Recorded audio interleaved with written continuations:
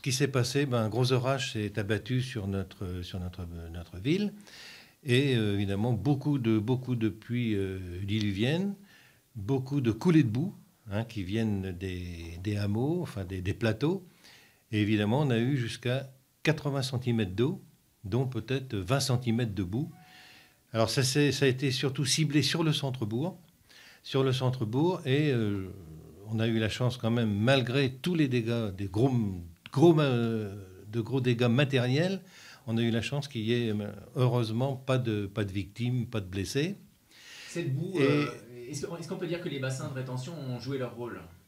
Alors les bassins de rétention, vous avez entièrement raison de le souligner, ont joué leur rôle, malgré tout ce qui a été dit, ce qui peut être dit dans des conditions comme ça où les gens sont énervés.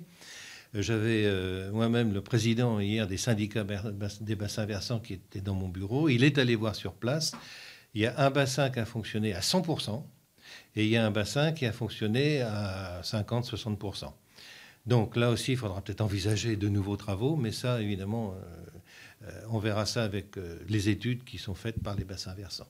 Combien de commerces, combien de particuliers touchés? Vous avez une idée déjà ou pas? Alors, ce que je peux vous dire à l'heure actuelle, nous avons eu l'intervention des sapeurs-pompiers qui ont très très bien joué leur rôle. Je tiens à les en remercier et les féliciter. Jusqu'à 3h30 du matin, il y a eu 30 interventions.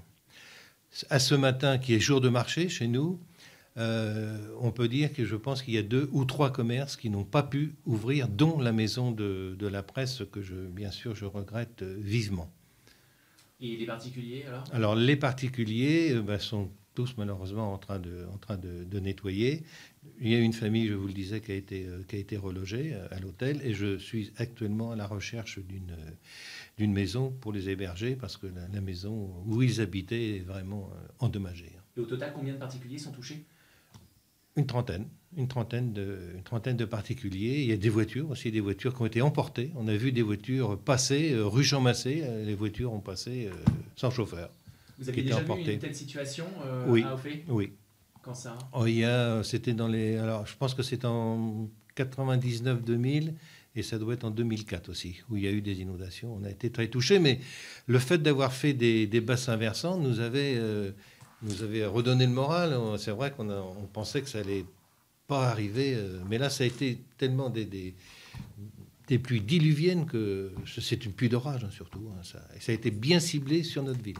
Vous avez été en contact ce matin avec la sous-préfecture? Monsieur le sous-préfet, pour demander, bien sûr, tout de suite que ce soit classé en catastrophe naturelle, étant donné qu'il n'y a pas qu'Auffay aussi. On a aussi Eugleville-sur-Scie, il y a Saint-Denis, il y a Taute.